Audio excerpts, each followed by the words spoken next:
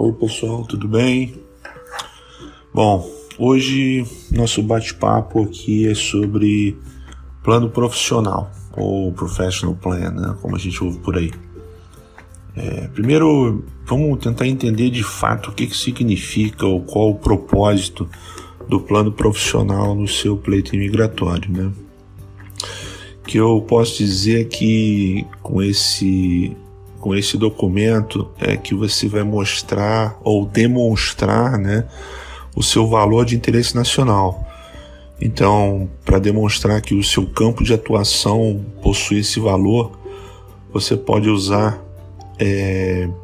que ele melhora a economia americana, proporciona aumento de remuneração, o posto de trabalho, a melhor educação do país, proporciona mais acessibilidade à moradia, melhora o meio ambiente dos Estados Unidos, faz os recursos serem mais produtivos, com uso mais racional de recursos naturais, serve de interesse a uma agência governamental americana, beneficia a saúde do povo americano e tem outras formas né?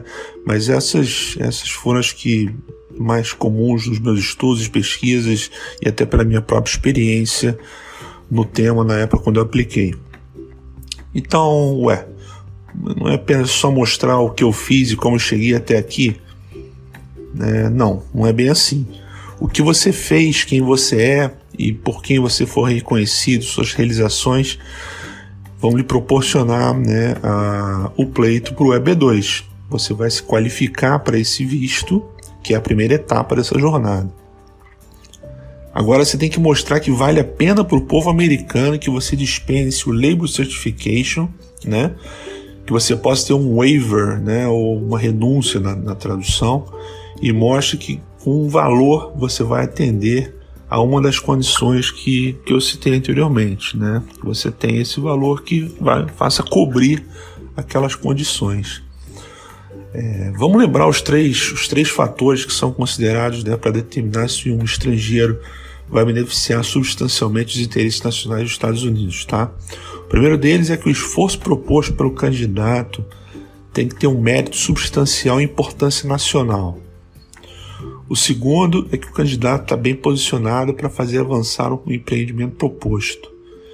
E o terceiro é que no final vai ser benéfico para os Estados Unidos dispensar as exigências de uma oferta de emprego e, portanto, de uma certificação trabalhista, né? Então, resumidamente, esses são os três fatores que eles consideram para fazer a avaliação se você realmente tem o privilégio de receber esse waiver e ser de interesse nacional, né? O processo de certificação de trabalho, ele existe por um motivo, né? Ele existe para proteger os empregos e as oportunidades dos trabalhadores dos Estados Unidos com as mesmas qualificações mínimas que um estrangeiro em busca dessa vaga. Então, você que é o peticionário, um empregador que pode estar te oferecendo uma vaga, né, ele tem que estabelecer que o beneficiário vai servir aos interesses nacionais em um grau substancialmente maior do que um trabalhador americano disponível com as mesmas qualificações mínimas, tá? Então essa é a análise que o avaliador faz quando ele pega a sua documentação para entender se você tem essa, vamos dizer assim, entre aspas, credencial para se qualificar para um interesse nacional. E é aí que a porca torce o rabo, né? Porque você precisa mostrar primeiro alguém que não sabe quem você é, que desconhece seu valor até aquele momento, que abriu seu pacote de documentos, que você tem um valor substancialmente maior. Lembra da palavra substancialmente maior, né? A gente vai falar disso mais à frente. De receber uma oportunidade de trabalho ou um negócio do que um americano compatriota. E cá entre nós, americanos são sim patriotas. Então precisa ser bem convincente, milimétrico e absurdamente certeiro no que você vai demonstrar aqui, né? Então, dito isso, agora já com entendimento para que serve de fato o plano profissional, é hora de desenvolver o tal documento que você vai comprovar esse valor aos Estados Unidos da América. O valor ele pode ser uma ideia, pode ser uma teoria, pode ser uma nova tecnologia, pode ser um processo revolucionário, pode ser um nicho de trabalho, pode ser uma aplicação de um novo modelo pré-existente, pode ser, enfim, tem diversas formas de desenvolver esse plano, mas primeiramente vale a pena lembrar que o plano profissional está direcionado à pessoa, ou seja, como você, como indivíduo, vai levar esse valor ao país que você quer emigrar. Então, diferente do plano de negócio, você cita aqui em primeira pessoa, né? Essa é a primeira dica, você conta a história com base no eu, o profissional, e não com base no ele, o negócio, tá? Então vamos lá, o plano profissional que eu montei tinha um esqueleto básico, né? Vamos dizer assim, vou tentar mostrar aqui com vocês o esqueleto, passar o passo a passo, então por favor, tomem nota, tá? Vou tentar passar, claro, de uma forma organizada, mas eu usei essa estrutura para não só tentar brilhar o olho do avaliador, mas também fazer uma condução sobre uma lógica de trabalho com início, meio e fim, que provasse as 3 condições de dar azar no meu pleito, tá? O projeto era dividido em pilares, na verdade foram 2 pilares. Um foi um pilar de sustentabilidade, que eu assim chamei, eu segui uma metodologia de The Mike, né, que é uma metodologia muito conhecida do Six Sigma Black Belt, onde você define, mede, analisa, faz o improvement e controla, tá? Muito útil na solução de problemas, mas tem outras metodologias. O primeiro pilar falava de mim, da minha pessoa, e o segundo pilar falava sobre o desenvolvimento do projeto em si, tá bom?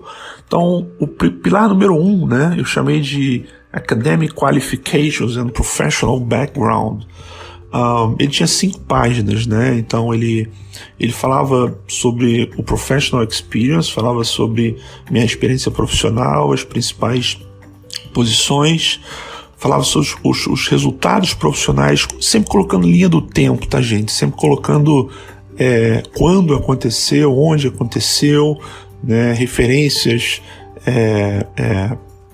profissionais, no caso das empresas, mas também muito importante colocar os números, colocar os fatos e dados, colocar não apenas como se fosse uma evolução do seu resumê, do seu currículo, né? Onde você encontra de uma forma resumida para alguém, mas aqui você tem que colocar com o máximo de detalhes. Então você tem que colocar realmente uma gama grande, principalmente resultados. Isso é muito importante. Eu coloquei também aqui todos os prêmios e reconhecimentos que eu tive, né? Eu citei também na linha do tempo, tá? Com um grau de detalhe maior, tá? Então mostrando, esse prêmio aqui, que foi X, ele foi reconhecido por esse resultado, nessa data, nesse processo, e falava, né, no período que eu estava nessa empresa, vamos dizer assim. Então, nesse pilar, né, que tinha 5 páginas, eu demonstrava o Substantial Merit, né, pela formação, prêmios e reconhecimento, e o Well Positioned pelas posições, responsabilidades e accomplishments. Tá? Então, 2 dos 3 estavam aqui, né, e aí vamos para o segundo pilar. Né? O segundo pilar é o projeto propriamente dito. Né? E aí eu subdividi ele em 10 módulos, né? Esse pilar tinha 25 páginas. O primeiro módulo era um módulo de uma página só, é um resumo executivo, né? Onde eu contei a história do problema, como o cenário americano se deparava frente à situação e como possíveis soluções em determinados setores influenciariam esse problema numa linha de tempo razoável. Então, uma página para contar uma história inteira, não pode ser longo, porque é aquela página como se fosse a cover letter, né, que a gente falou no outro diálogo. Ele tem que ser uma coisa que bem rápida e de forma que a pessoa se interesse, né? No segundo módulo, eu fiz uma introdução do problema e um overview, né? Aqui eu identificava de fato com o número dos problemas, com evidências, que o cenário atual era nocivo ao crescimento e potenciais perdas vão acontecer no segmento ABC. Tá? Então eu falava sobre o problema aqui no segundo módulo. No terceiro eu fazia uma análise de mercado.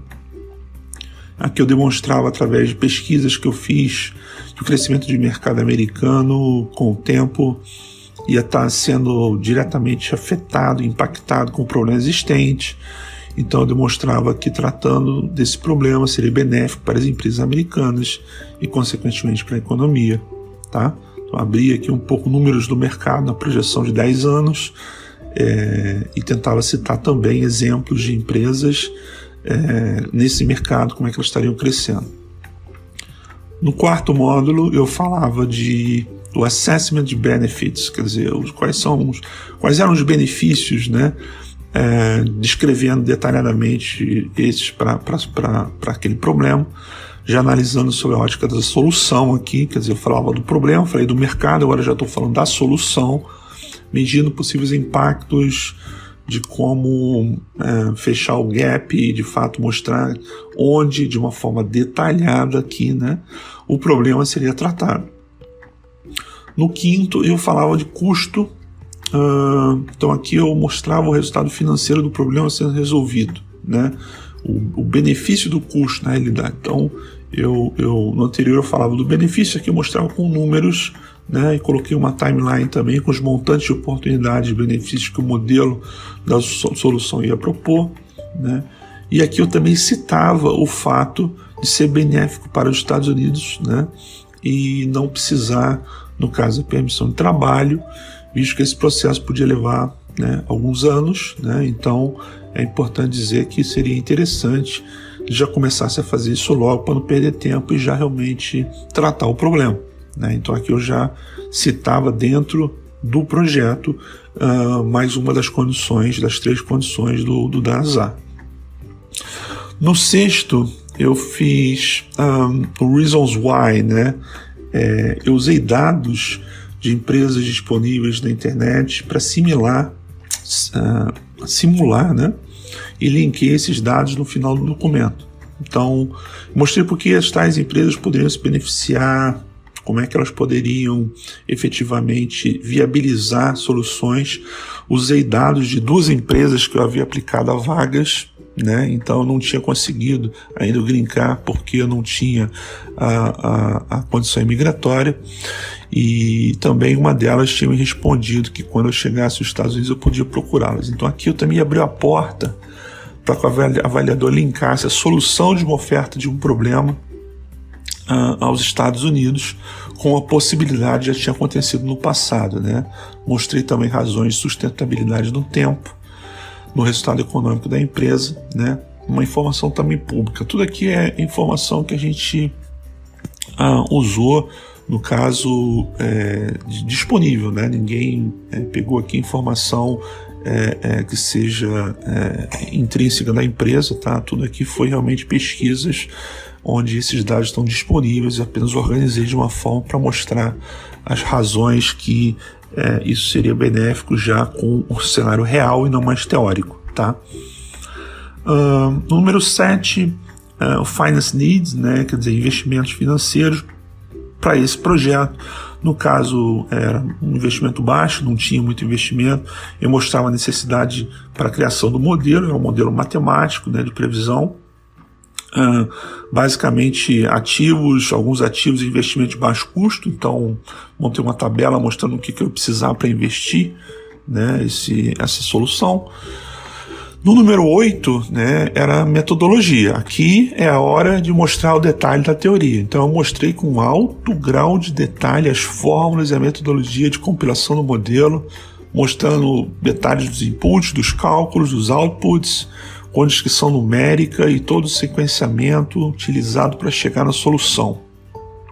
Mais ou menos foi como se alguém tivesse criado a fórmula da Coca-Cola e nessa sessão precisou escrever como era de fato, mais ou menos isso. Assim, de fato, colocar aqui transparentemente a sua ideia e aí, claro, sem se preocupar com aquele negócio de direitos autorais. Aqui é um projeto seu, está sendo enviado para um pleito seu.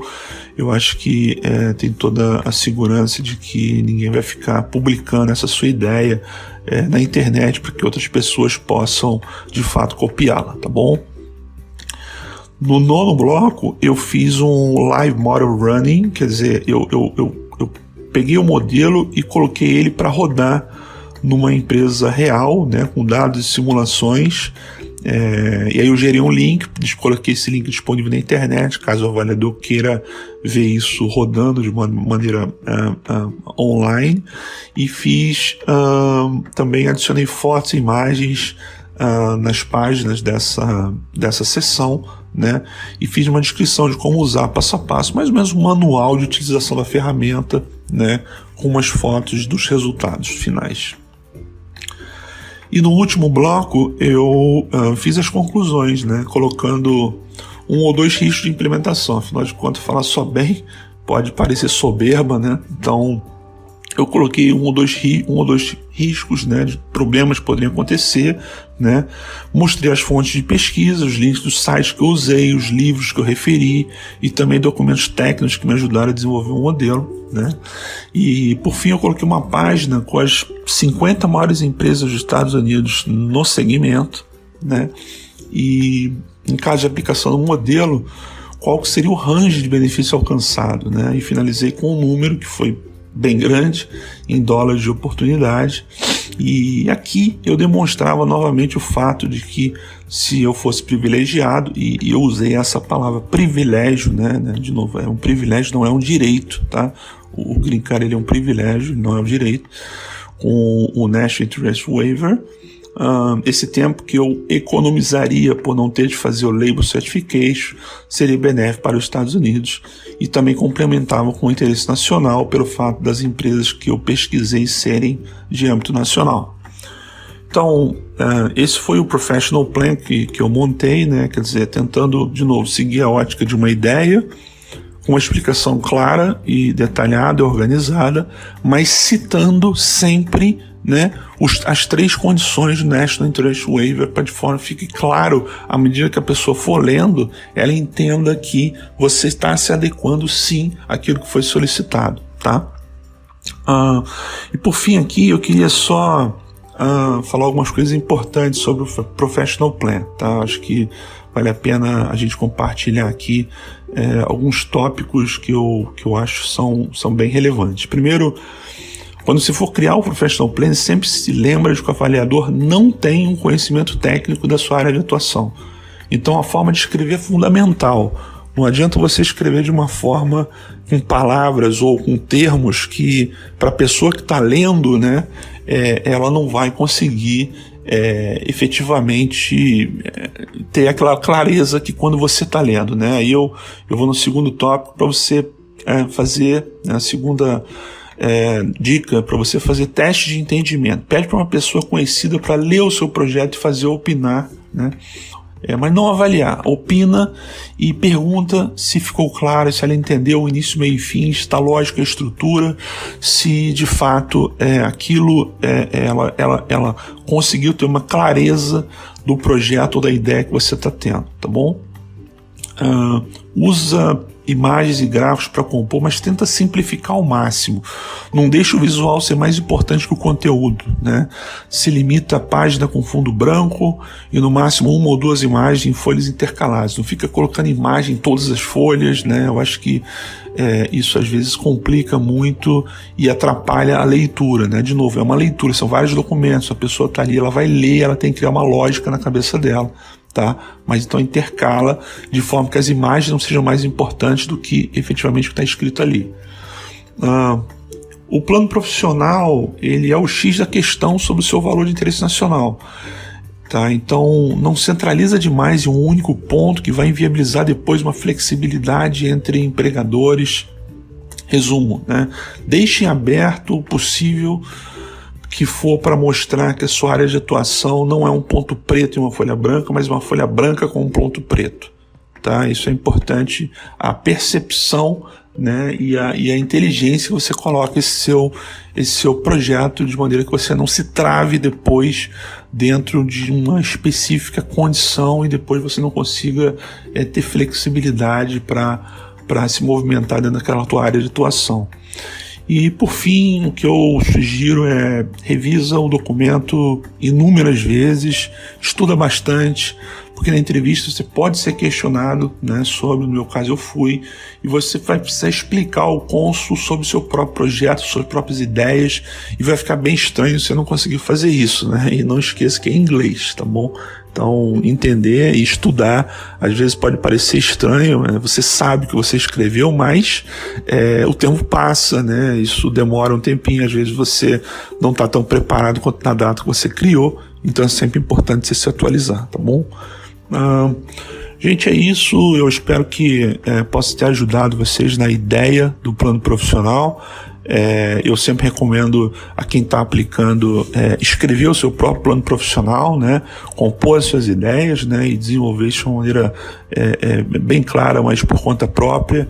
Isso ajuda não só no pleito, mas ajuda também na implementação da ideia depois. Eu acho que, de fato, isso é o grande valor do interesse nacional e eu queria poder contribuir com vocês com essa estrutura aqui. Claro, não posso ficar citando efetivamente a essência da ideia, mas eu acho que cada um consegue fazer adaptação àquilo que tem e usar isso como uma referência. De novo, não existe somente essa referência, eu não estou aqui para dizer que essa é a única solução, né? Existem outras formas de fazer, essa simplesmente foi a minha experiência e eu estou compartilhando aqui com vocês, tá bom? Então, obrigado pela audição até agora e logo em breve a gente vai ter um novo episódio e vamos estar falando de mais outras importantes etapas desse processo que não é tão simples, mas que, se você fizer de maneira organizada, de maneira clara, de maneira completa, né, minimizando os riscos, eu acho que tem muito mais chance de ter sucesso e de fato você conseguir a sua permissão de residência permanente, tá bom? Bom dia para vocês aí, obrigado, até mais.